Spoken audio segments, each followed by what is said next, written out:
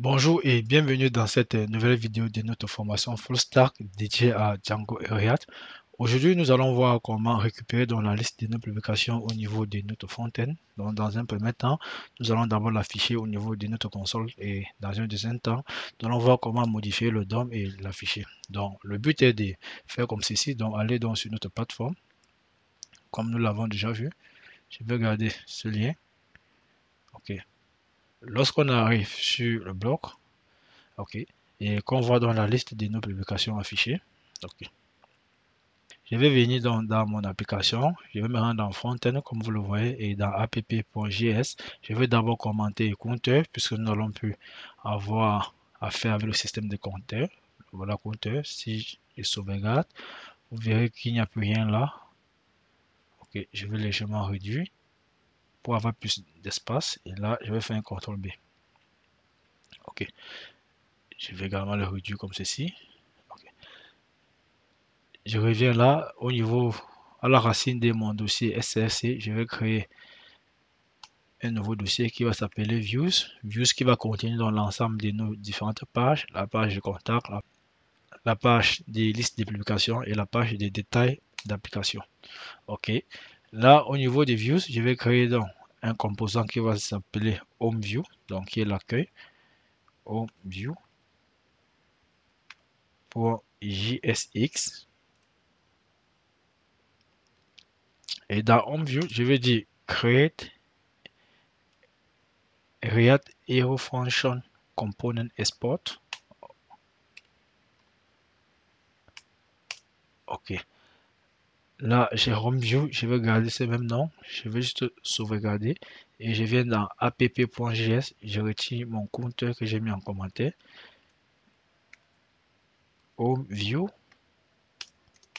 OK, je sauvegarde. HomeView est directement importé. C'est ce qui est génial lorsque vous installez des extensions VS Code. Okay. Voilà HomeView qui s'affiche. Pour communiquer avec l'API, j'ai besoin d'utiliser un outil qui va me permettre d'envoyer et de recevoir les requêtes via l'Ajax. OK.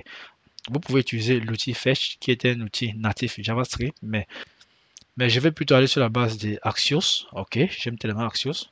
Vous pouvez installer Axios. Je vais couper mon serveur. Je vais dire npm install Axios. Avant de taper Enter, rassurez-vous que vous êtes à la racine donc, du fichier package.json. Donc, si vous n'êtes pas à la racine du package.json, l'installation ne sera pas effectuée. Lorsque je clique, lorsque je valide, l'installation qui se poursuit. OK, l'installation a été faite avec succès. Je vais relancer donc mon serveur Node.js qui va s'appeler getPostList. Et dans getPostList, je ne vais rien mettre. Je vais dire try. Essaye de me récupérer les éléments. S'il y a l'erreur, let response sera égal à await. Je vais utiliser le système d'assign et de await. Si vous voulez utiliser le système de promesses, libre à vous de choisir. Et quand je mets await là, il va me demander où est assign. Je vais mettre assign ici. OK. Await. Axios. Axios n'est pas connu. Je vais importer Axios là. Je vais dire import. Axios from.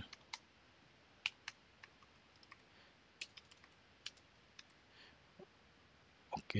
Je viens d'importer Axios. Axios pour get. Je passe l'URL que je veux récupérer là. Je vais venir ici. Je vais dire const URL qui sera égal à quoi? L'URL que j'ai précédemment copié, qui est l'URL de la liste des publications. Et lorsque je récupère donc, je vais faire un console.log des réponses. OK, je sauvegarde. Si j'actualise. Si je sauvegarde, je viens de la console, je vais constater qu'il n'y a absolument rien. Je viens de la console. Là, il n'y a rien. Rien ne se passe. Parce que au moment que j'actualise, React est censé faire un nouveau rendu. Et le rendu, lorsque vous l'appelez une nouvelle fonction, il faut utiliser ce qu'on appelle le use effect. Donc, lorsque le composant est chargé, je vais dire use effect. Je n'importe. Ok, dans use effect, nous avons first, j'appelle la fonction get puts list. Ok. Et en second plan, ça c'est lorsque le composant est déjà monté et que vous voulez le démonter. Le composant will demande les dépendances, je ne veux rien écouter comme dépendance. Je veux juste appeler ma fonction et je sauvegarde. On me dit blocage d'une requête multi-origine. Ok. React fonctionne sur un port complètement différent de React dont le nom des domaines ne coïncide pas. Il faut donc aller dans Django, l'autoriser donc à recevoir donc les requêtes venant de la part de notre fontaine. Et tout ça grâce à Django Core Reader. Donc vous n'avez qu'à taper Django Core Reader et l'installer au sein de vos dépendances. C'est ce que j'ai déjà fait. Donc je vais juste aller le configurer. Je vais copier Core Reader. Je vais insérer Core Reader dans mes applications installées. Je viens dans mon projet, MyBlock, il est où? Il est là. Maudit setting, je préfère le mettre en pole position parce que je ne vais pas trop le tripoter. Je colle là. Et ensuite, on me dit qu'il faut insérer Course Reader Middleware. Je vais également le faire. Avant Common Middleware, c'est ce qui est précisé là. Je l'insère ici. Je peux mettre un commentaire. Je vais dire Course Header. OK. Je sauvegarde. Je vais encore revenir au niveau du React. Il est où? C'était celui-ci. Je vais faire une nouvelle requête. On me dit toujours qu'il y a blocage. Je continue à regarder ma documentation. Peut-être je veux voir ce qui se passe, puisque si je viens au niveau de mon serveur Python, je constate donc qu'il y a eu l'appel. Donc il y a eu appel ici. Donc voilà. Mais je ne vois pas toujours les données. On dit course et leur origin. Ici, vous pouvez donc mettre la liste des origines que vous voulez autoriser. Et ici, vous pouvez mettre, et si vous choisissez celui-ci, course et leur all origin, cela signifie que vous voulez toutes les origines. Je veux le choisir. Lorsque vous envoyez une application en production, ce n'est pas trop recommandé. Trop. Donc, j'autorise toutes les origines. Il y a l'espace là. Ok, je veux réactualiser. Là, voilà dans la requête qui est passée. Donc, j'ai dit à Django que quel que soit celui qui t'envoie la requête, accepte, request is HTTP request. Ok. Là, j'ai le statut test qui est OK. Le statut de la requête qui est de 200. J'ai le data, 8 éléments dans mon tableau. Donc, je reviens donc au niveau de ma fonction qui récupère les données. Je vais dire, bon, si response pour un statut est égal à 200, si le statut de requête est égal à 200, ok, j'ai fait mon console.log, je vais également actualiser pour voir si c'est là. Ok, ça marche, donc tout est propre. Dans le cas où j'ai une erreur, je vais dire console.error, je passe mon erreur là. Ok, nous allons effectuer un traitement ici plus tard. Bon, pour l'instant, nous allons nous limiter là. Ok, ce que je vais faire, c'est déjà, lorsque le statut de requête est à 200, je vais donc sauvegarder la liste de mes publications dans un tableau, comme ce que vous venez de voir là. Ici, nous avons donc un data array, c'est quelque part là. Un data, ok, qui était un tableau. Voilà mon array. Je ne veux pas transformer dans ma fonction en classe, je vais utiliser mon hooks set state. Je vais utiliser mon hooks use state, ok. Ok, voilà use state. J'ai post qui est la liste de mes publications et j'ai sa fonction setPost qui va permettre d'en manipuler. Et là, comme élément initial du tableau, ce sera un tableau vide. useState, je dois l'importer ici. Je dois dire useState, il est là. Et très simplement, désolé, l'import a même déjà été fait là, donc j'ai plus besoin de l'importer ici. Ok, voilà l'import useState. Ok,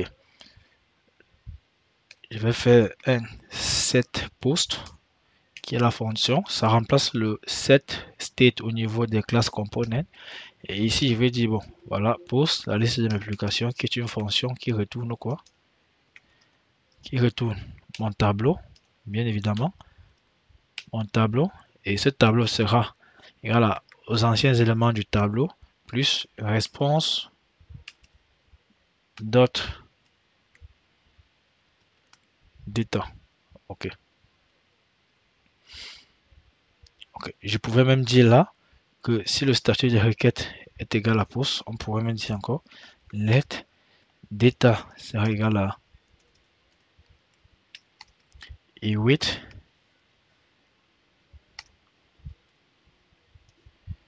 response await des réponses dot data.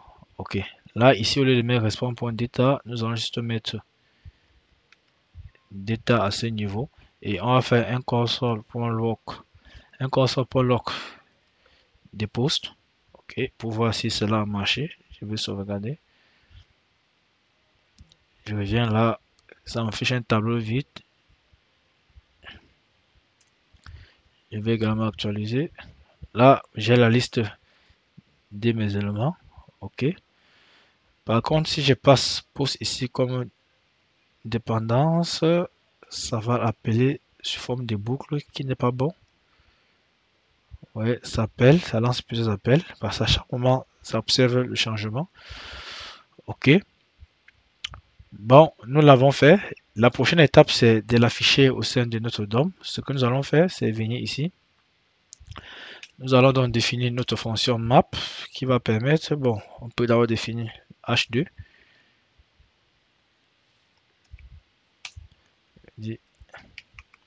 Liste des publications ou liste des posts, c'est plus court. Ok. Et j'ai un BR pour aller à la ligne. Après mon BR, je vais mettre ma fonction map. Je vais dire post.map. Voilà ma fonction map. Et qu'est-ce que je mets? Je vais dire pour chaque élément, donc pour chaque post ou item, qu'est-ce que tu vas me retourner? Retourne-moi une div. Et dans cette div, qu'est-ce que tu vas mettre? Tu vas mettre un H3 qui sera le titre de publication. Et dans ce H3, qu'est-ce que tu vas également mettre? Je vais mettre un post pour title. Ok, parce que lorsque nous prenons une publication comme celle-ci, nous avons le framework Django. Il y a le titre, il y a l'ID, il y a le titre. Ok. Là, ça va pas donner puisque je dois faire un return. Ok. Donc là, au lieu de mettre, je vais juste retirer la collade ici. Ou je peux le laisser. Je peux juste le laisser. Là, je fais un return comme ceci. Et j'utilise donc ma parenthèse pour l'envelopper. Cela est plutôt nickel. Voilà. Indentation réussie. Propre. De sauvegarde. Voilà dans la liste. Ou voilà dans les publications. Dans les titres de mes publications. Ok. Je vais également afficher le contenu. Je vais dire P. Post pour description. Qu'est-ce que j'avais mis? Plutôt body. Désolé. Ok. Voilà donc. Et à chaque fois, je vais mettre mon BR ou mon HR, autant pour moi. Ok, voilà mes publications qui s'affichent. C'est plutôt nickel. HR. Après le HR, je mets le BR pour que ça parte légèrement en bas. Voilà, voilà mes publications qui s'affichent. Qu'est-ce qui va se passer si j'actualise? Cela est nickel, ça s'affiche. J'actualise encore. Ok, cela marche bien. On dit check render method of home view. On dit chaque élément de la liste doit avoir. Je veux zoomer. Ok. Chaque élément de la liste doit avoir une clé unique propre. C'est pas un problème. Je vais venir au niveau où j'ai fait ma boucle. Je vais mettre l'attribut key ici, qui sera égal à post.id. Ok, si on n'avait pas les ID, je mets ID parce que chaque publication a un ID unique. Si on n'avait pas d'ID, on devait donc générer un index ici et on devait utiliser l'index comme l'ID. Je vais réactualiser. Ok, c'est nickel, c'est nickel. Tout s'affiche. Je vais mettre le point d'interrogation là, l'élément là pour dire bon voilà, il faut attendre que le tableau ait fini de charger avant d'afficher le post pour prévenir des éventuelles erreurs dans la mesure où le serveur est un peu lent. Okay. Voilà, ça marche les gars, c'est nickel. Nous avons vu comment récupérer dans la liste de nos publications. Je vous donne donc rendez-vous dans la prochaine vidéo où nous verrons comment récupérer dans une publication. D'ici là, n'oubliez pas de vous abonner, de partager, de liker. Ciao!